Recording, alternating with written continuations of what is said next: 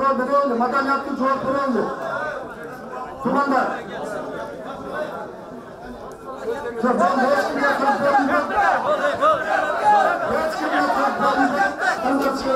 Biz ikinci mesele boyunca kararız. Hurmatlı tumanlar, arabanın kızılçılığı boyunca susakladık, kanal kurulurdu, sosyallık meseleler kararıldı.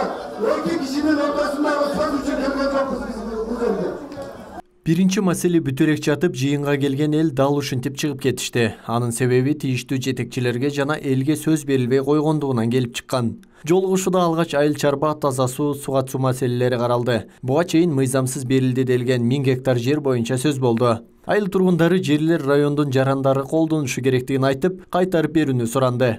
Алгач Алиянаров айыл өкмөтүнүн мурдагы башчысы Жогорку кеңештин депутаты Жалолиддин Нурбаев ал жерлерге инвесторлор суу чыгарып 1 гектарына 5 адам иштеп, $1000 айлык аларын айтты. Нурабад айыл өкмөтүнө бир жылда 56 миллион кошумча акча чыгат. Мына дотациядан чыгар жол. Мына сиздер Россияга барбайсыңар. Мына ушул жерде иш менен камсыз болосуздар.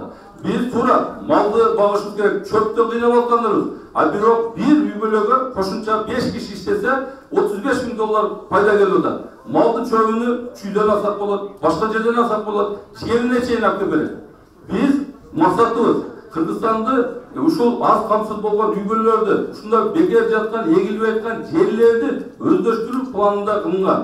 Ал эми облус башчысынын орун басары жерлерди берүүдө 4 айыл өкмөт менен меморандумга кол койгон афганистандык Камсулла Шабибулло аттуу инвестор жок экендигин билдирди. Атайын изилдөө жүргүзгөндөн кийин компания жетекчисинин ким экендиги тууралуу так маалымат табылган эмес. Бирок ал киши келген эмес, кол койгон эмес. Анын бүт баардыгы жасалган кол жанагы. Мына укук коргоо органдарына тапшырмалар берилип атат.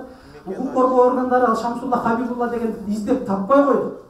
Ошол юстицияда көрсөтүлгөн документи ал Нариман айыл өкмөтүндө деп туруп көрсөткөн экен. Атайын мына журналисттер дагы барып атайын иликтөө жүргүзүп келди. Ал көчө жок ал жерде. Андай көчө жок, андай үй жок. Адам эмес. Шамсулла Хабибулланы биз бүгүнкү күнгө чейин күч органдары менен таба албай атабыз. Таап көрсөтүп коюңлачы ошол адам. Мына ар намысын тебеледи депутаттын шек келтирди деп атат. Мага депутаттын ар намысы шек келгени мени кызыктырбайт. Мага 1,5 миллион Ош облусундагы калктын намысы өйдө турат.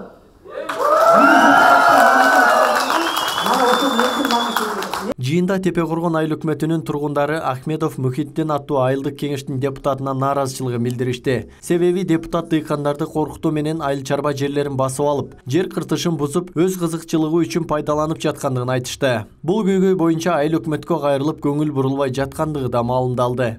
Эми менде биз дагы булдай көйгөйлөр толтура. Бүгүнүн үстүндөн арызданган, даптангандар жогорку элди көзөмөлгө кайрылгандар көп.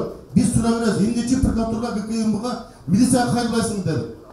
2 жылдан бери бүгүнүн үстүнө кайрыла берип, телевизор тертишип, акча менен басып коюп атат деди.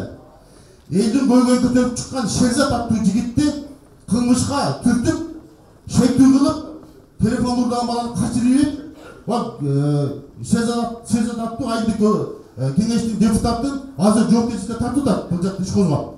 Эл өкүлдөрүнүн көчмө жыйынында 3 негизги маселе каралды. Калктын 90% дыйканчылык менен алектенген райондо суга суу жана таза суу маселеси айрым айылдарда чечилбей келери айтылды. Ошондой эле дыйкандар үчүн арзандатылган кредиттер боюнча кээ бир жарандардын маалыматы жок экендиги да айтылды. Жыйында айтылган жарандардын талабы боюнча бийлик өкүлдөрүнө сунуш берилет. Маалымат башка, бирок жериндеги маалымат башка болуп чыгып атпайбы? Мына ошол бул боюнча биз каттуу тапшырмаларды беребиз. Президентке чейин министрлер кабинетинин төрагасына дагы өзүбүздүн сунуштарды киргизебиз. Мына ушул маселелер боюнча элдин көйгөйүн бүгүн уктуңуздар го. Жогорку кеңештин депутаттарынын көчмө жыйыны өлкөнүн бардык аймактарында өтүүдө. Бир мандаттуу округтан шайланган эл өкүлдөрү жарандардан кабар алып, негизги маселелерин жеринде угууда. Белгилей кетсек, көчмө жыйын күндүн экинчи жарымында Ноокат районунда уланды. Исхак Туратбеков, Гайбул Авазбек уулу, Ош ТВ.